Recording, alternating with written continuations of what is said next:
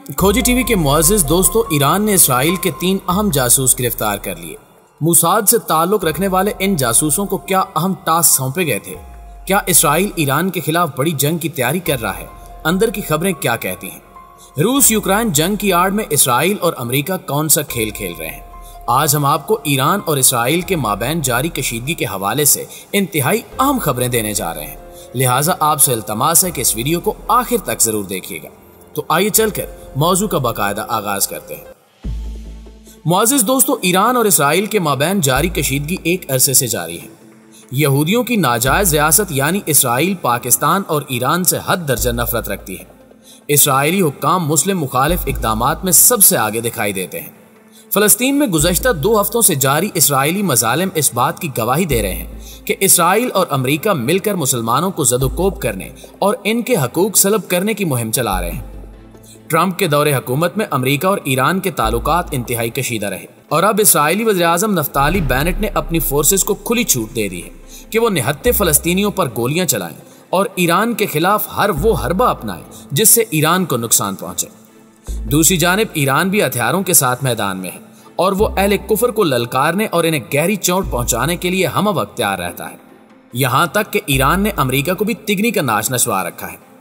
Iran Israel कशीदगी के हवाले से ताज़ा तरीन खबर यह है कि ईरान ने इसराइली खुफिया एजेंसी मोसाद से ताल्लुक रखने वाले 3 दहशतगर्दों को गिरफ्तार कर लिया है।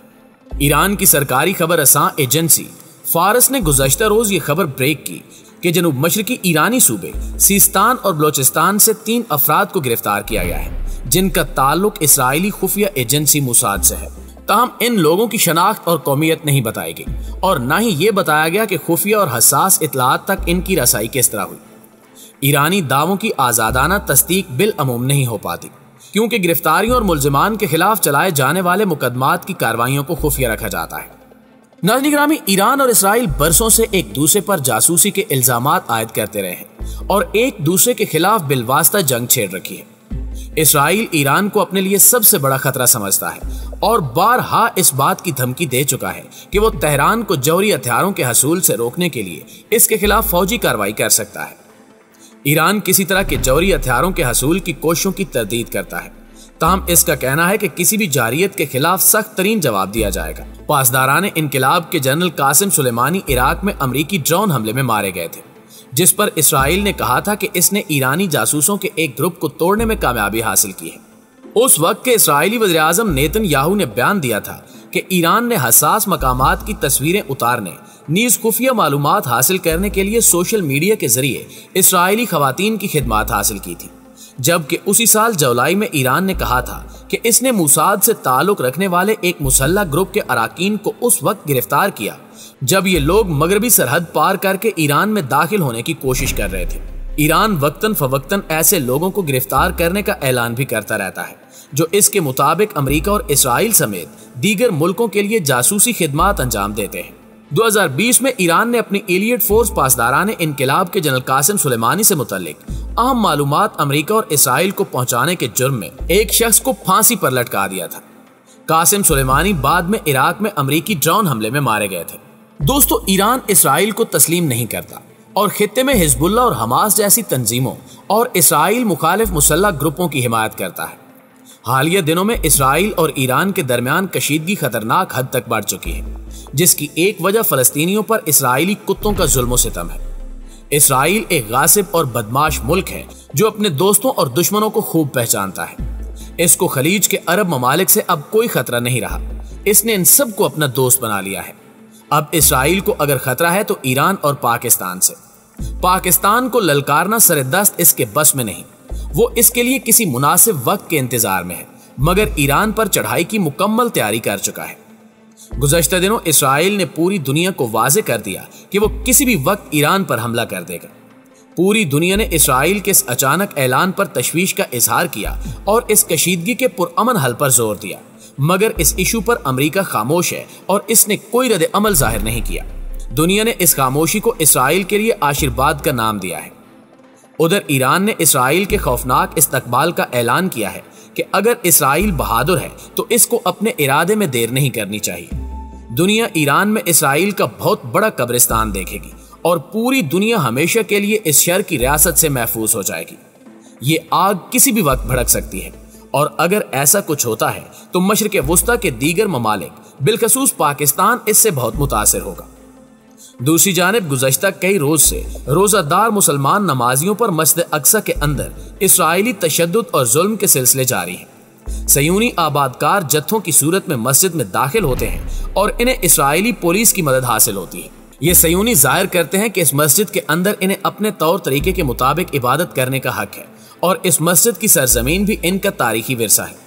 इस मकसद के हसूल के लिए मुसलमानों को मस्जिद के अंदर यरमाल बनाना या इन पर लाठी चार्ज करना, इन पर आंसू गैस फेंकना और तरह तरह से इन पर तशद्दुद करना इनका आए रोज वतीरा बन चुका है। गुज़श्ता बरस भी इस मस्जिद पर कई रोज तक यलगार जारी रही। नाज़रीन गिरामी, बैतुल मक़दस में जो मुसलमानों के महदूद कदीमी मोहल्ले रह गए हैं, इनसे भी मुसलमानों को निकालने के लिए मुख्तलिफ हथकंडे इस्तेमाल किए जा रहे हैं। वो तमाम दस्तावेजात जिनमें खुद इसराइल भी तस्लीम कर चुका है कि बैतुल मक़दस फलस्तीनी रियासत का दारुल खिलाफा करार पाएगा, इन्हें वो खुद अपने पांव तले रौंद रहा है। इसराइल ने कई एक इकदामात किए हैं ताकि नाजायज सयूनी रियासत का दारुल हुकूमत तेल अवीव की बजाय बैतुल मक़दस बन सके। इस सिलसिले में इसे अमेरिका और इसके इत्तेहादियों की पूरी सरपरस्ती हासिल है। दूसरी तरफ फलस्तीनी तमाम तर मजालिम सह कर भी अपने हकूक से दस्तबरदार होने को तैयार नहीं है। गजा के फलस्तीनी ही नहीं बल्कि मगरबी किनारे के फलस्तीनी भी अमलन अब मैदान में आ चुके हैं।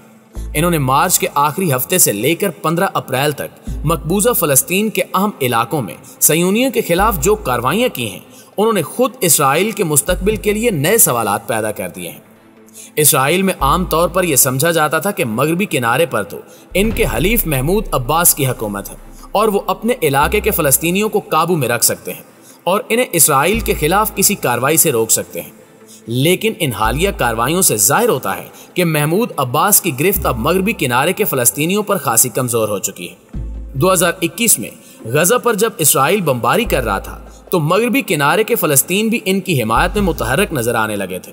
खास तौर पर बैतुल मक़दस और मस्जिद अक्सा में सयूनियों की कार्रवाइयों ने इन्हें उठ खड़ा होने पर आमादा किया था। यूं मालूम होता है कि इसके बाद उस इलाके के फलस्तीनियों ने अपने आप को मुख्तलिफ ग्रोहों में मुनज़्ज़म करने का सिलसिला शुरू कर दिया था, जिसका नतीजा हाल ही में मकबूजा फलस्तीन के जनूब और शुमाल में 4 मज़ाहमती कार्रवाइयों की सूरत में निकला है, जिनमें 14 इसराइली शरपसंद हलाक हुए। निहायत मुख्तसर वक्त में इन कार्रवाइयों के जो नताज निकले हैं वो फलस्तीन की मज़ाहमती तारीख में अपनी मिसाल नहीं रखते।